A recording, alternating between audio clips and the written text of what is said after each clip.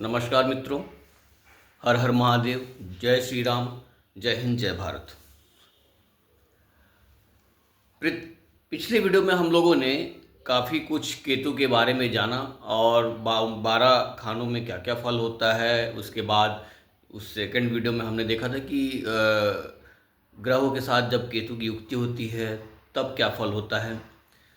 अब ये केतु के संबंध में मैं एक वीडियो और आपके सामने ला रहा हूँ जो है केतु का अंक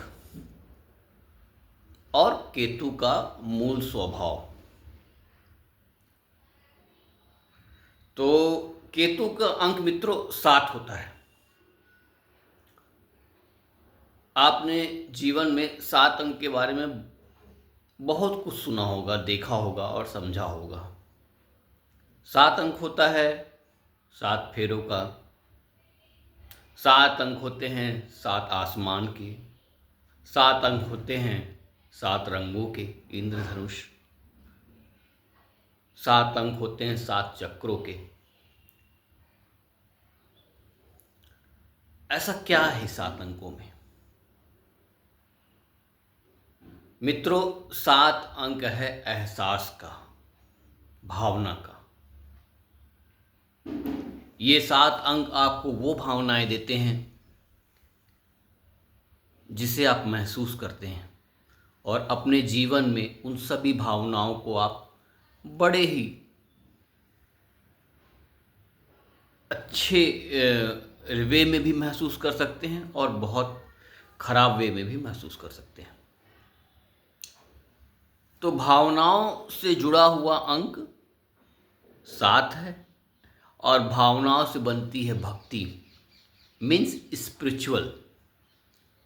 ये स्पिरिचुअल अंक है, ये दैवी अंक है और कई लोग बोलते हैं कि ये वर्ल्ड का सबसे लकी अंक है, क्योंकि जो पाश्चात्य सभ्यता में भगवान ईसा मसीह का जो जन्म था वो 25 दिसंबर को था और अभी दिसंबर का महीना चल ही रहा है मित्रों और आने वाला भी है यीशु मसीह का बर्थडे। तो उनका जन्म 25 तारीख को हुआ था। 7 का अंक का इस कारण से महत्व है, संत का अंक है वो। तो इस 7 अंक के हम एक आध्यात्मिक अंक भी मानते हैं। 7 अंक वाला व्यक्ति वो जीवन में बिल्कुल अलौकिक भावनाओं से जुड़ा रहता है। यूँ कह सकते हैं कि वो एक भक्त होता है और वो एक हीलर होता है। वो अगर कोई मैनिफेस्टेशन करता है कुछ भी तो उसको प्राप्त करने में उससे उतनी कठिनाई नहीं जाती। ये एक भोला अंक भी कह सकते हैं, भोला भाला होता है, महसूस कर कर चलता है। इसकी भावनाएं, इसका एहसास, सब कुछ बहुत ही अलग होता है। ऐसा व्यक्ति जिसके भी करीब होता है उसके प्रति एक सुरक्षात्मक दृष्टि रखता है। ये एक त्याग का अंक है और एक खोज का भी अंक है। बिना आप अगर ये अंक एक ऐसा अंक है कि आप इसमें खोज को भी बिल्कुल महसूस करते हो, ये त्याग रहा है, लेकिन अगर किसी चीज़ को प्राप्त कर रहा है तो निश्चित तौर पे जानिए कि उस चीज़ को प्राप्त करने के पीछे इसकी कोई न कोई खोज की भूमिका होगी। ये किसी भी चीज़ को यूं ही प्राप्त करने की इच्छा नहीं रखता, वो खोजता है। किसी से यदि वह एक संबंध रख रहा है तो आप ये जान लीजिए कि हमेशा उसका स्वार्थ नहीं होगा ऐसे व्यक्ति का। वो कुछ ना कुछ अगर वो संबंध है तो कुछ ना कुछ वो उसको देने के लिए बना होता है। ज़रूरत पड़ने पर ले भी सकता है, लेकिन अगर इसके पास है तो ये आपको हर संभव प्रयास करेगा देने का। अगर इसके पास कोई भी चीज़ बहुत अधिक मात्रा में है तो ये निश्चित तौर पे बांटेगा। ये एक देने वाला अंक है, ना कि लेने वाला। मजबूरियाँ एक अलग होती हैं मित्रों, लेकिन ये अंक जो होता है बहुत ही प्यारा अंक होता है। मेरे संपर्क में भी ऐसे लोग हैं जिनके अंक 7 हैं, और वो वाकई में उनके काम बड़े अनोखे हैं, बहुत मतलब हट के हैं, और वो साफ सुथरे दिल का इंसान होगा, अच्छा काम करने की भरसक प्रयास करता है। किसी कारणवश अगर कोई गलती हो जाए वो एक अलग मैटर है। तो इससे संबंधित जैसे ये 7 अंक है, तो जो भी 7 तारीख को पैदा हुआ है, 16 तारीख को पैदा हुआ है, या 25 तारीख को पैदा हुआ है, वो अंक 7 का होगा। ऐसे तारीख में जन्मे व्यक्तियों को आप जान लीजिए कहीं ना कहीं इनके अंदर कोई ना कोई किसी न किसी रूप में संतत्व छिपा ही होगा, और ऐसे लोग बांटने में ही बिलीव करते हैं। और इनको इनकी ना आप एक खासियत और भी जान लीजिए कि थोड़ा लीक से हट के चलने वाले होते हैं। इनको समझना थोड़ा आसान नहीं होता। बहुत से लोग इनको गलत समझते हैं और बहुत से लोग इनको बहुत अच्छा समझते हैं, पर मैं आपको बता दूं कि ज़्यादातर लोग इनको अच्छा ही समझते हैं, और क्योंकि हैं अच्छे, होते ही अच्छे हैं। तो ये 7 अंक की विशेषताएं थी। 7 अंक आप त्याग, ईमानदारी, है ना, प्रेम, इन सब का अंक है, दैवीय शक्तियों का। 7 अंकों से अगर कोई आपका मित्र है तो उससे जुड़े रहिए। उसके साथ रहने से आपके अंदर कहीं ना कहीं आपको आध्यात्मिक लाभ जरूर मिलेगा, ये निश्चित तौर पे है।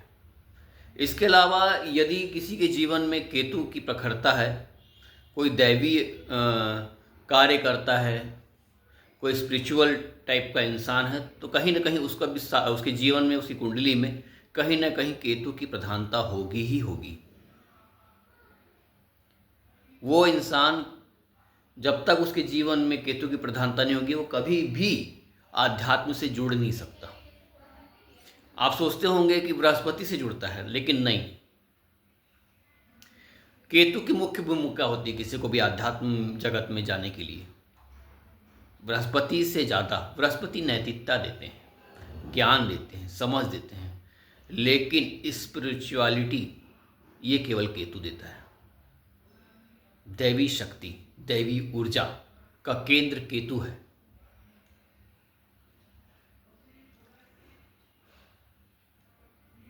केतु वाला व्यक्ति आपके अगर जीवन में है तो मौज बनाइए आप। उसका प्यार, उसका आशीर्वाद आपको बहुत आगे तक ले जा सकता है।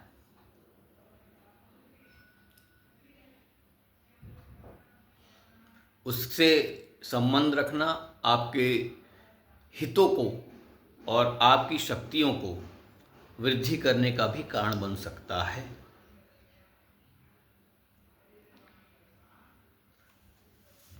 केतु वाले इंसान को चाहिए कि वो अपने जीवन में सामाजिक सेवा, सामाजिक कार्य, छोटे बच्चों की सेवा, छोटे बच्चों के लिए कोई कार्य अवश्य करे।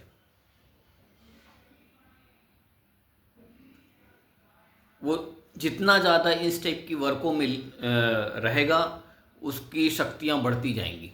जितना वो सामाजिक कार्य करेगा उतनी उसकी शक्तियाँ बढ़ेंगी।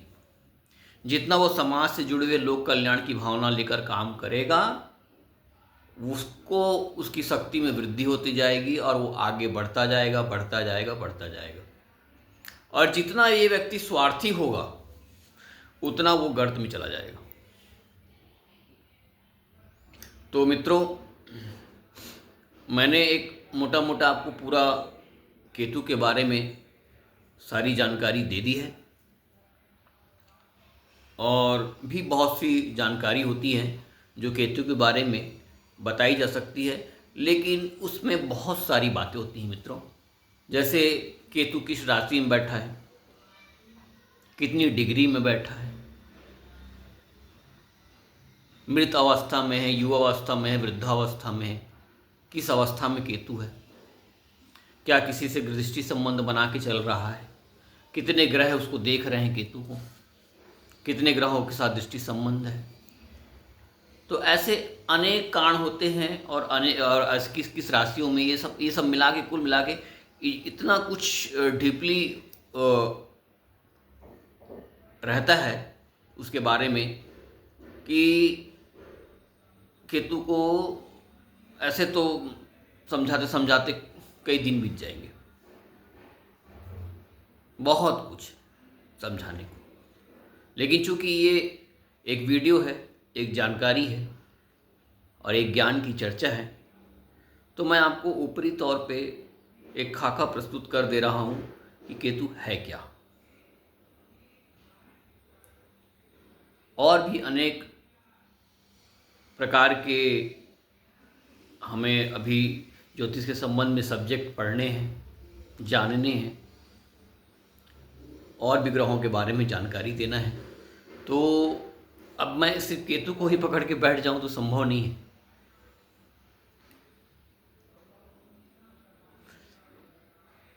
तो मित्रों, आज के लिए केतु की इतनी ही जानकारी।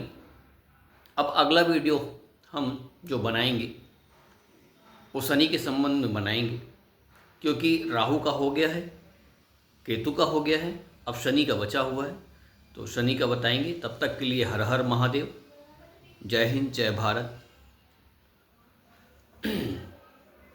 जय श्री राम, नमस्कार।